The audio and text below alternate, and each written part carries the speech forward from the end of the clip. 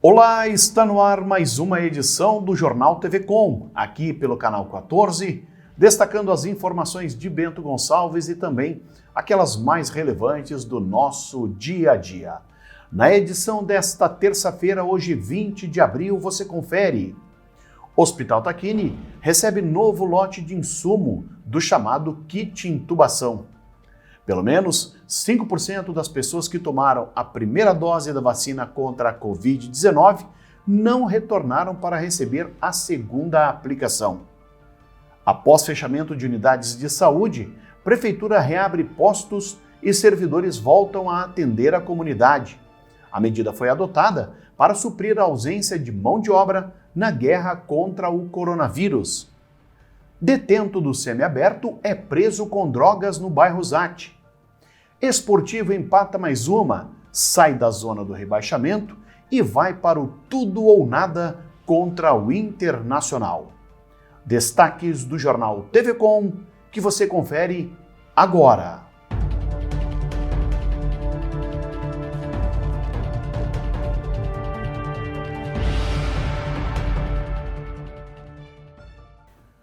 E a gente abre a edição de hoje dando os parabéns e desejando vida longa e muito sucesso ao Sindimóveis de Bento Gonçalves. Pois nesta terça-feira, dia 20 de abril, a entidade que representa as indústrias do mobiliário de Bento Gonçalves completa 44 anos de atividades. Criada em 1977 para promover o desenvolvimento do setor e defender os interesses dos seus associados, o Sindimóveis foi o responsável pela idealização da então Mostra do Mobiliário, que teve a sua primeira edição realizada durante a FENAVINHO de 77 e foi ganhando notoriedade até receber a denominação atual de Móvel Sul Brasil. A feira é hoje um dos maiores propulsionadores do setor moveleiro e está consolidada entre as maiores do mundo. São 44 anos de uma trajetória brilhante em prol do setor moveleiro. E me alegra muito, me sinto muito honrado em poder participar desse período de 9 anos que eu já estou na entidade. Entrei como diretor industrial, passei por diretor comercial, até no atual cargo que hoje me encontro. E realmente eu fico muito feliz e lisonjeado de poder participar da história do Sindimóveis. Uma história que sempre buscou muito o poder coletivo, de entender, buscar e achar soluções para todas as nossas empresas associadas, sempre a nível nacional e internacional, em prol do nosso setor moveleiro. Espero e tenho certeza que o Sindimóveis vai crescer cada vez mais, vai comemorar inúmeros outros aniversários com outras pessoas à frente dessa entidade e que vai buscar cada vez mais o fortalecimento da cadeia moveleira. Então, parabéns Sindimóveis, parabéns a você, empresário, e todas as empresas que compõem a nossa cadeia moveleira por acreditar e fazer com que o nosso setor moveleiro seja cada vez mais unido, próximo e buscando um resultado e uma coletividade ainda maior para todo o nosso setor. E por falar em Móvel Sul, neste ano, diante do quadro de pandemia, a feira foi suspensa, devendo ocorrer em março do próximo ano, em conjunto com a FIMA Brasil. O Sindimóveis, porém, não parou de realizar aos seus associados quase 30 cursos, palestras e reuniões virtuais com a apresentação de cases de sucesso e estratégias de inovação. Em sua trajetória, o Sindicato do Mobiliário já teve 18 diretorias, sempre exercidas voluntariamente por moveleiros e executivos do setor. A atual gestão tem como presidente o empresário Vinícius Benini. E a ele e a todos os associados e demais empresários do setor moveleiro que a gente deixa o nosso parabéns e longa vida aos Sindimóveis de Bento Gonçalves. Segue aberto até o dia 24 de abril o período de inscrições para a catequese de adultos na paróquia de Santo Antônio. A atividade é aberta a pessoas a partir dos 16 anos que desejam realizar os sacramentos da iniciação cristã, ou seja, o batismo, a primeira Eucaristia e a Crisma. Para se inscrever, são necessárias cópias da carteira de habilitação ou da RG, comprovante de endereço, lembrança dos sacramentos já feitos, se for o caso, e comprovante de contribuição com o dízimo de 2021 e o valor de R$ 50. Os encontros acontecem sempre às quartas-feiras, às 6 horas da tarde, e neste momento, diante da pandemia, serão realizados pela plataforma Zoom. Mais informações podem ser obtidas junto à coordenação da animação bíblico-catequética pelo telefone 3452-1634 da paróquia de Santo Antônio. O posicionamento da Prefeitura de Bento Gonçalves ao pedido de abertura das atividades econômicas na cidade, feito na segunda-feira por meio de um anteprojeto assinado por quase todos os vereadores, ainda é incerto. Os próprios parlamentares, acompanhados de representantes de entidades e empresários de vários setores da economia, entregaram o anteprojeto com uma proposta que permitiria o funcionamento de praticamente todos os tipos de negócios na capital do vinho, estabelecendo novas restrições de horários e de ocupação. A resposta do prefeito Diogo Siqueira ao grupo, contudo, não causou boa impressão. A alternativa do Legislativo de encaminhar a demanda para que a Prefeitura apresente como projeto de lei é uma forma de tentar evitar o que aconteceu recentemente em Nova Prata. Naquela cidade, o Legislativo criou e aprovou uma nova legislação liberando a operação de empresas e depois sofreu uma ADIM, uma ação direta de inconstitucionalidade. Ao se pronunciar, o prefeito Diogo Siqueira reconheceu que a retomada que se verifica até o momento não é o que todos desejavam. No entanto, não deixou claro se o governo pretende acatar integralmente o texto do anteprojeto, lembrando a necessidade de respeitar a autonomia dos poderes e ter a chancela do governo do Estado. O chefe do Executivo sugeriu que a demanda seja levada ao governo do Estado, para demonstrar que Bento tem condições de permitir um afrouxamento nas regras do distanciamento controlado de forma segura. A fala do prefeito não teve boa acolhida por parte das lideranças e parlamentares que participaram do encontro. Mesmo assim, a Câmara conta com o envio do projeto de flexibilização ainda para esta semana, para que o mesmo entre na pauta da sessão da próxima segunda-feira, ou no máximo até a quinta-feira, dia 29, quando então seria convocada uma reunião extraordinária. Resta saber agora se o texto que subirá da Casa Amarela para o Palácio 11 de outubro vai atender aos anseios e acalmar os ânimos do grupo que trabalhou na montagem do anteprojeto. E eu tenho certeza que essa aqui é uma demanda que todo mundo está buscando em conjunto. O presidente Rafael faz algumas semanas que ele vem falando também sobre isso, sobre uma reabertura. A gente está vendo uma reabertura lenta, gradual, não é tudo aquilo que a gente gostaria. A gente teve alguns setores que já estão trabalhando, mas alguns outros ainda estão trancados. A gente vê todos os movimentos para a reabertura como fundamentais. A gente precisa, obviamente, de uma chancela sempre do governo do Estado, a gente depende sempre da chancela da Justiça, a gente sempre respeita a autonomia dos poderes, mas é sempre algo que tem que ser ponderado. No Rio Grande do Sul, uma peça simples, desenvolvida por pesquisadores locais, tem ajudado a salvar vidas. Trata-se de um conector que permite que a rede pública de saúde use equipamentos que só estavam disponíveis em hospitais privados. 1 de cada 3 pacientes que usaram o protótipo não precisou de respirador artificial. Mais detalhes a gente confere agora na reportagem.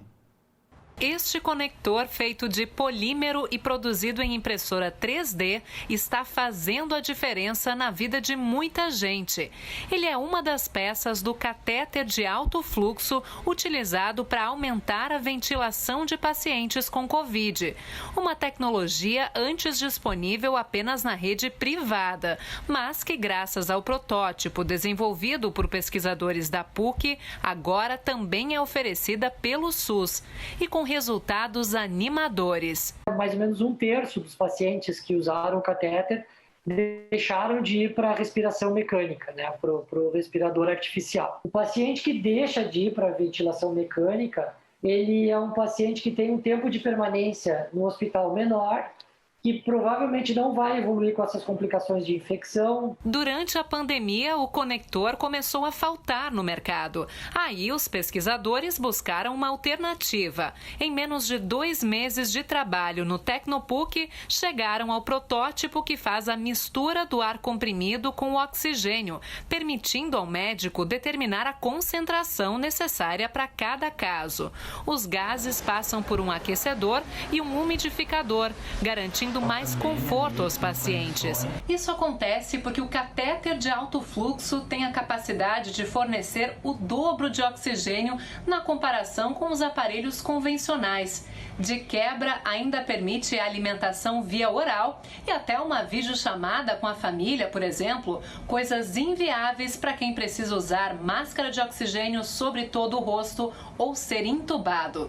Até agora, foram produzidas cerca de 120 unidades do novo conector, que foi patenteado. Ele é mais barato que o existente no mercado. Reduz em pelo menos 1/3 o custo de todo o catéter. Já está sendo utilizado em 7 hospitais gaúchos e 1 de Minas Gerais. Conquista que é motivo de orgulho para os pesquisadores. Mas a principal recompensa vem dos hospitais. Não importa a quantidade, mas uma vida que a gente consiga devolver a sua família e sair bem do hospital, para nós é uma vitória. E agora no Jornal TV Com, a gente faz um breve intervalo, já voltamos com mais informações.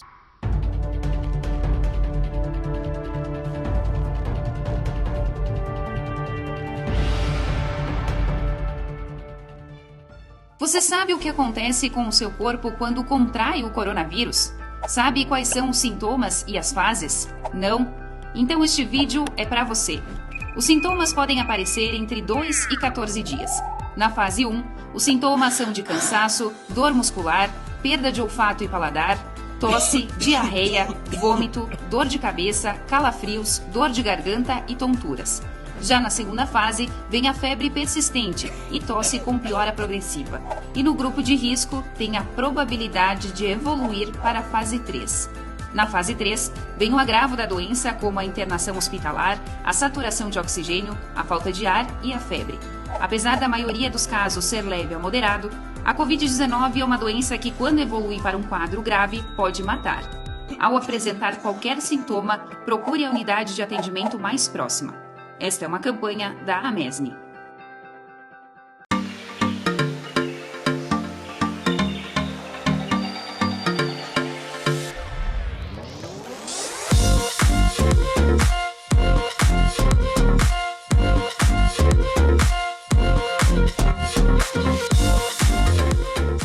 O que acontece com o mundo do vinho? A gente fala de mundo do vinho e nos remetemos a tempos antigos, tempos passados, né? Remontando uma história maravilhosa. E dentro desse mundo do vinho a gente tem a geografia, a história, a religião. E o que nós queremos trazer com isso é essa prática da experiência. E através do enoturismo a gente consegue sim transferir essa mensagem do mundo do vinho em todos os lugares. Então nos acompanhem que estamos só começando.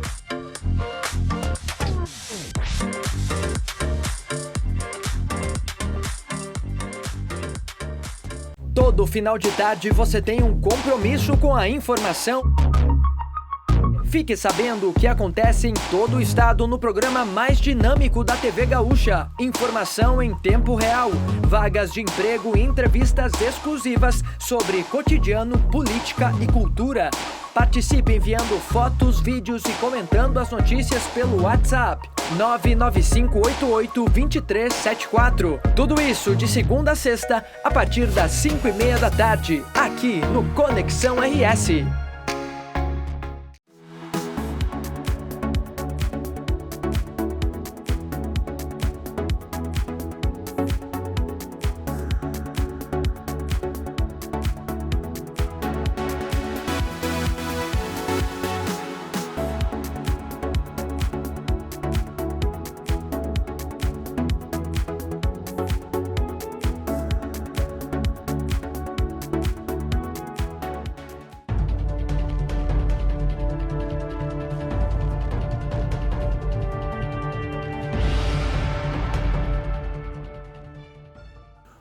O sol seguirá predominando entre nuvens no estado, mas as primeiras horas da manhã da quarta-feira serão de temperaturas mais amenas e pode haver a formação de nevoeiro em algumas regiões.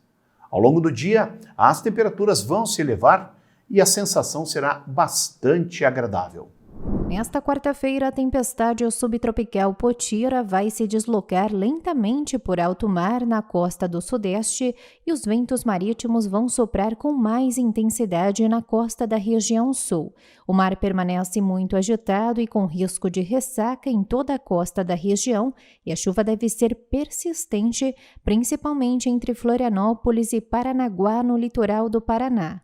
Também pode chover a qualquer hora, mas apenas com fraca intensidade, na região de Curitiba, no Vale do Itajaí, litoral sul catarinense e no extremo norte gaúcho. Já na região da Grande Porto Alegre e nas demais áreas do sul, apesar dos ventos fortes, não chove. O dia começa frio e com bastante nevoeiro na região de Guarapuava, no interior paranaense, e também sobre a campanha gaúcha. Em Porto Alegre, mínima de 19, máxima de 28 graus, e em Florianópolis, dia chuvoso com mínima de 18, máxima de apenas 22 graus. Para Bento Gonçalves, o clima-tempo indica a presença do sol entre nuvens pela manhã e a possibilidade de chuvas ocorrendo entre a tarde e a noite. As temperaturas nesta quarta-feira na capital do vinho devem variar entre a mínima de 11 e a máxima chegando aos 25 graus. Jornal TV Com confere agora o comentário de Adroaldo Dalmas.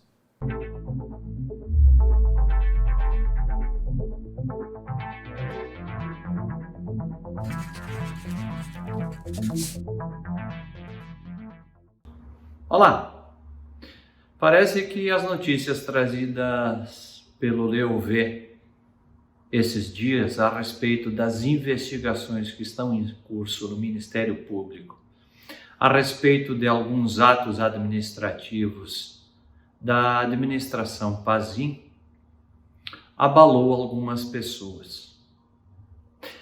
Prova disso é o que aconteceu na sessão da Câmara de Vereadores de ontem, em que, efusivamente, houve um desfile de manifestações por parte de alguns, dizendo, afirmando, enaltecendo, dando até quase testemunho de que nada teria acontecido de errado e ilegal, seja naquilo que está sendo e foi dito pelo Leo V como em investigação no Ministério Público, seja em relação a qualquer ato.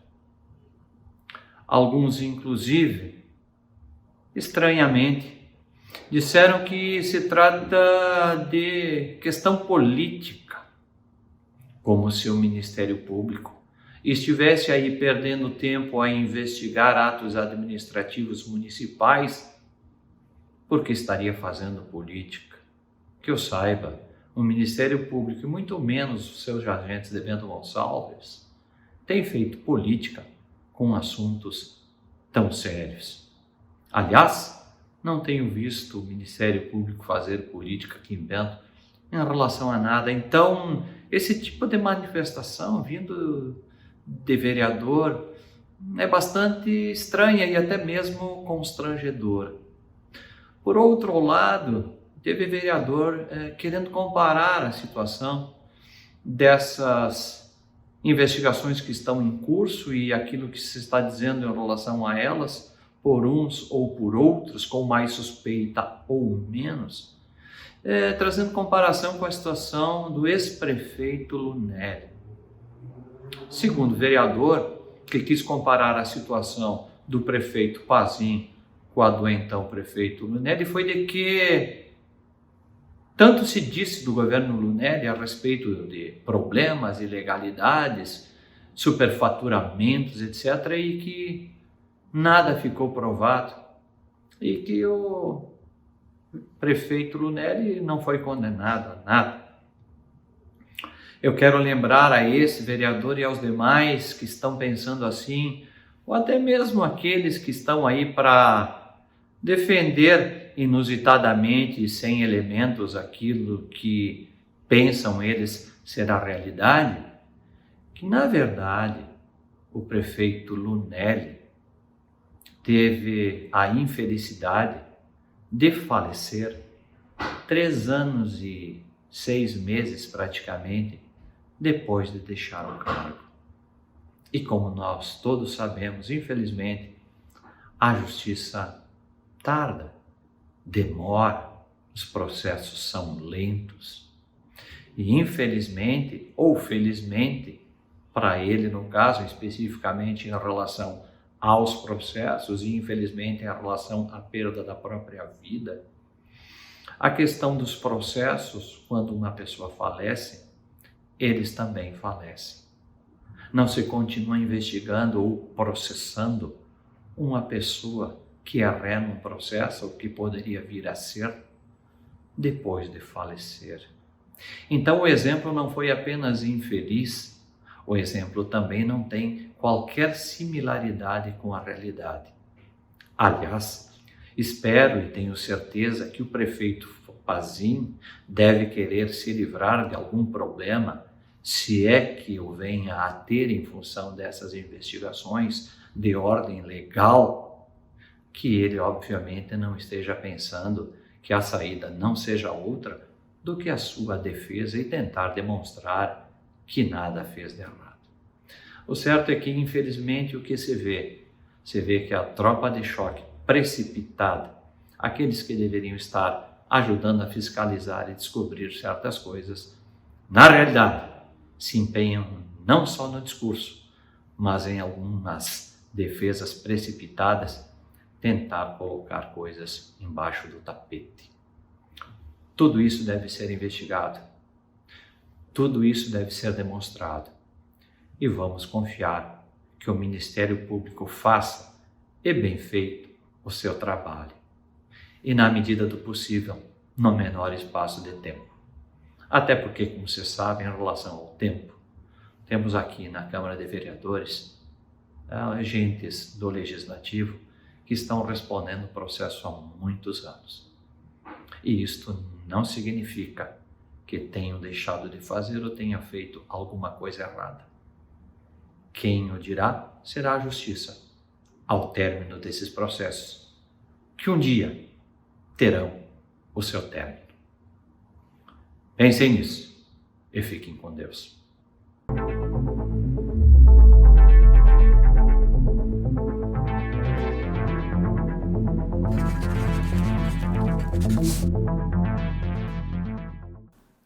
A Secretaria de Saúde do Estado e o Exército iniciaram nesta terça-feira a entrega dos cerca de 124 mil medicamentos do kit intubação a 62 hospitais do Rio Grande do Sul. Os bloqueadores neuromusculares, relaxantes musculares e sedativos são utilizados no procedimento de intubação em pacientes com dificuldades respiratórias e foram enviados pelo Ministério da Saúde a partir de uma doação da Vale S.A. O Hospital Tacchini é um dos hospitais beneficiados, sendo enviado à instituição um total de 1.200 ampolas do medicamento baselato de cisatracúrio. O rateio é realizado com base em dados de estoque e consumos informados pelos próprios hospitais. Já foram entregues aos hospitais gaúchos cerca de 470 mil unidades de medicamentos adquiridos pelo Ministério da Saúde e pelo Governo do Estado desde o início da pandemia. A remessa desta terça-feira foi a maior entrega desses medicamentos já realizadas pela Secretaria Estadual da Saúde. Foram reabertas na segunda-feira as 9 unidades de saúde e estratégias de saúde da família que tinham sido fechadas para remanejamento dos profissionais para o combate ao coronavírus aqui em Bento Gonçalves. Conforme a Secretaria Municipal da Saúde, o remanejamento dos profissionais foi necessário para que o município reorganizasse o fluxo de saúde e o atendimento dos pacientes na UPA 24 horas, junto ao Complexo Hospitalar de Saúde, no bairro Botafogo. Na ocasião, o remanejo foi a alternativa viável diante da escalada de novos casos da Covid-19 e aumento no número das internações, que lotou a demanda dos atendimentos no Hospital Tacchini, passando os atendimentos SUS e conveniados para a estrutura pública de saúde. Retornaram às atividades as unidades básicas de saúde de Faria Lemos, 15 da Graciema, Maria Gorete, São Pedro, Fenavinho, Coabe, Progresso, São Valentim e Tuiuti. O portal do Governo do Estado mostrava, ao início da tarde desta terça-feira, os números de casos da Covid-19 em todo o Rio Grande do Sul. A ferramenta é disponível no site covid.saude.rs.gov.br monitora os casos da doença em todos os municípios. Somente aqui em Bento Gonçalves, a UTI do Hospital Tacchini registrava 22 pacientes internados com a Covid-19, 2 a menos em relação aos dados da segunda-feira. No Tacchini, dos 45 leitos oferecidos, pelo menos 27 eram ocupados por portadores de outras doenças. O boletim atual mostra ainda o uso de 30 respiradores, um a mais em relação ao número apresentado no boletim da segunda-feira, sendo que a capacidade é de 45 aparelhos. Quanto à ocupação no uso de leitos fora da UTI, cuja capacidade é de 73 unidades, atualmente 37 pacientes seguiam internados, um a menos se comparados aos dados anteriores. As informações que constam no portal são alimentadas todos os dias com dados que são repassados pelo Hospital Tacchini e pela Secretaria Municipal da Saúde. Assim como em outras cidades do país, em Bento Gonçalves também há relatos de pessoas que já receberam a primeira dose da vacina contra a Covid-19 e que, no entanto, se ausentaram de tomar a segunda dose do imunizante. Relatos da Secretaria Municipal da Saúde mostram que ao menos 80 idosos não voltaram ao drive-thru para dar continuidade ao tratamento. Dos 1.440 vacinados no dia 25 de março, 1.360 compareceram para receber a segunda dose, o que representa 5% do total. A Secretaria Municipal da Saúde acredita que parte dessas pessoas possam ter comparecido para a vacinação nesta terça-feira, quando foi feita a segunda dose para quem se vacinou no dia 26 de março. Em Bento Gonçalves, a primeira dose da vacina contra a Covid já foi aplicada em mais de 22.700 pessoas e 8.630 já estão com segurança vacinal completa, tendo tomado a primeira e a segunda doses. A cada semana, mais e mais pessoas de diferentes faixas etárias estão sendo vacinadas em Bento Gonçalves contra a Covid-19. Na próxima sexta-feira, o imunizante será aplicado nas pessoas com idade igual ou superior a 61 anos. A campanha será realizada das 8 da manhã ao meio-dia no formato drive-thru para a primeira dose na Funda Park. Para a aplicação da vacina é necessário apresentar o CPF, documento com foto e o cartão do SUS.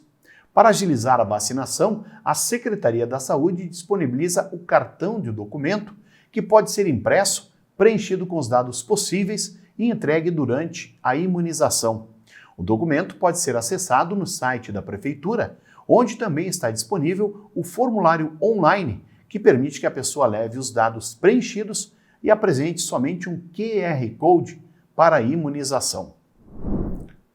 Um detento do regime semiaberto foi preso pela Força Tática da Brigada Militar ao ser flagrado com entorpecentes.